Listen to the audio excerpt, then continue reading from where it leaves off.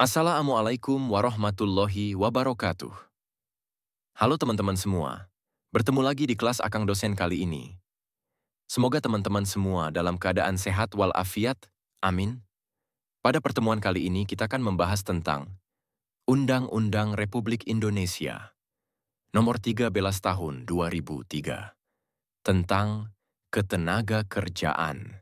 Pembangunan nasional dilaksanakan dalam rangka pembangunan manusia Indonesia seutuhnya dan pembangunan masyarakat Indonesia seluruhnya untuk mewujudkan masyarakat yang sejahtera, adil, makmur, yang merata, baik material maupun spiritual, berdasarkan Pancasila dan Undang-Undang Dasar Negara Republik Indonesia tahun 1945.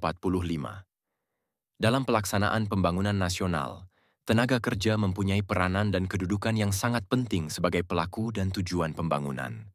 Sesuai dengan peranan dan kedudukan tenaga kerja, diperlukan pembangunan ketenaga kerjaan untuk meningkatkan kualitas tenaga kerja dan peran sertanya dalam pembangunan serta peningkatan perlindungan tenaga kerja dan keluarganya sesuai dengan harkat dan martabat kemanusiaan. Perlindungan terhadap tenaga kerja dimaksudkan untuk menjamin hak-hak dasar pekerja atau buruh dan menjamin kesamaan kesempatan serta perlakuan tanpa diskriminasi atas dasar apapun untuk mewujudkan kesejahteraan pekerja atau buruh dan keluarganya dengan tetap memperhatikan perkembangan kemajuan dunia usaha. Ketenaga kerjaan adalah segala hal yang berhubungan dengan tenaga kerja pada waktu sebelum, selama, dan sesudah masa kerja. Tenaga kerja adalah setiap orang yang mampu melakukan pekerjaan guna menghasilkan barang dan atau jasa baik untuk memenuhi kebutuhan sendiri maupun untuk masyarakat. Pekerja atau buruh adalah setiap orang yang bekerja dengan menerima upah atau imbalan dalam bentuk lain. Pemberi kerja adalah orang perseorangan, pengusaha, badan hukum, atau badan-badan lainnya yang mempekerjakan tenaga kerja dengan membayar upah atau imbalan dalam bentuk lain. Perusahaan adalah setiap bentuk usaha yang berbadan hukum atau tidak, milik orang perseorangan, milik persekutuan, atau milik badan hukum, baik milik swasta maupun milik negara yang mempekerjakan pekerja atau buruh dengan membayar upah atau imbalan dalam bentuk lain. Serikat pekerja atau serikat buruh adalah organisasi yang dibentuk dari, oleh, dan untuk pekerja atau buruh baik di perusahaan maupun di luar perusahaan, yang bersifat bebas, terbuka, mandiri, demokratis, dan bertanggung jawab guna memperjuangkan, membela serta melindungi hak dan kepentingan pekerja atau buruh serta meningkatkan kesejahteraan pekerja atau buruh dan keluarganya. Upah adalah hak pekerja atau buruh yang diterima dan dinyatakan dalam bentuk uang sebagai imbalan dari pengusaha atau pemberi kerja kepada pekerja atau buruh yang ditetapkan dan dibayarkan menurut suatu perjanjian kerja, kesepakatan, atau peraturan perundang-undangan, termasuk tunjangan bagi pekerja atau buruh dan keluarganya atas suatu pekerjaan dan atau jasa yang telah atau akan dilakukan. Kesejahteraan pekerja atau buruh adalah suatu pemenuhan kebutuhan dan atau keperluan yang bersifat jasmaniah dan rohaniah, baik di dalam maupun di luar hubungan kerja, yang secara langsung atau tidak langsung dapat mempertinggi produktivitas kerja dalam lingkungan kerja yang aman dan sehat. Pengawasan ketenagakerjaan adalah kegiatan mengawasi dan menegakkan pelaksanaan peraturan perundang-undangan di bidang ketenagakerjaan. Pada Kongres PGRI ke-18 pada tahun 1998 diputuskan bahwa salah satu jati diri PGRI adalah organisasi ketenagakerjaan yang menjadi wadah perjuangan hak-hak asasi guru sebagai pekerjaan utamanya yang berkaitan dengan kesejahteraan.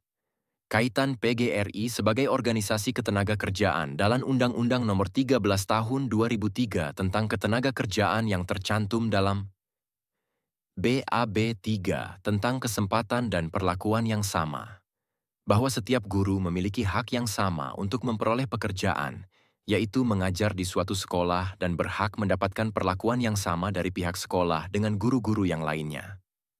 Bab 4 tentang perencanaan tenaga kerja dan informasi, yaitu berhak atas informasi tentang ketenagakerjaan seperti sekolah mana yang sedang membutuhkan guru dengan segala kriterianya. Bab 5 tentang pelatihan kerja, berupa training di tiap sekolah sebelum mengajar atau di tempat lain. Bab 6 tentang penempatan tenaga kerja, yaitu tentang hak guru untuk memilih tempat, di mana mereka mengajar dan penempatan yang mengedepankan asas keadilan. BAB 7 tentang perluasan kesempatan kerja. Pemerintah bertanggung jawab untuk memperluas kesempatan kerja sehingga guru-guru yang ada dapat menyampaikan ilmu yang mereka miliki untuk mendapatkan ganjaran. BAB 9 tentang hubungan kerja. Dalam mengajar di sebuah sekolah diperlukan adanya perjanjian kerjasama, yang mana dengan hal tersebut akan membuahkan hubungan kerja antara guru dan sekolah. BAB 10 tentang perlindungan, pengupahan, dan kesejahteraan. Guru berhak mendapatkan perlindungan, upah yang layak, dan peningkatan kesejahteraan. BB 12 tentang pemutusan hubungan kerja. Pemutusan hubungan kerja diatur apabila guru melakukan pelanggaran atas perjanjian kerja. Status guru dalam UU Ketenagakerjaan. Guru di Indonesia memiliki status yang beragam, sehingga perlindungan hukumnya berbeda. Guru PNS diatur dalam UU ASN Nomor Tahun 5 2014, bukan Undang-Undang Ketenagakerjaan. Guru honorer atau guru tidak tetap, non-PNS. Bisa termasuk pekerja atau buruh yang dilindungi UU Nomor 13 Tahun 2003 tentang Ketenagakerjaan, jika memenuhi unsur hubungan kerja. Jika diangkat sebagai PPPK, pegawai pemerintah dengan perjanjian kerja, diatur dalam UU ASN. Guru swasta, yayasan, tunduk pada UU Ketenagakerjaan karena hubungan kerja berdasarkan perjanjian kerja. Peran PGRI, memperjuangkan nasib guru honorer atau swasta agar mendapat perlindungan setara, upah layak, jaminan sosial. PGRI sebagai serikat pekerja. PGRI bukan serikat buruh, tetapi organisasi profesi, diatur dalam UU Nomor 14 Tahun 2005 tentang guru dan dosen. Namun, PGRI berfungsi mirip serikat pekerja dalam hal perundingan kolektif, memperjuangkan hak guru. Penyelesaian perselisihan, misalnya kasus pemutusan hubungan kerja guru swasta. Advokasi kebijakan, misalnya menolak aturan yang merugikan guru. Catatan: PGRI tidak berafiliasi dengan serikat buruh umum, seperti SPN atau KSBSI, tetapi memiliki peran serupa dalam konteks pendidikan. Isu ketenagakerjaan yang sering diadvokasi PGRI. PGRI aktif menyoroti masalah ketenagakerjaan guru seperti status guru honorer dan tenaga kontrak. 1. Memperjuangkan pengangkatan guru honorer menjadi PPPK atau ASN. 2. Menuntut penghapusan sistem kerja kontrak jangka panjang tanpa kepastian. Upah dan tunjangan 1.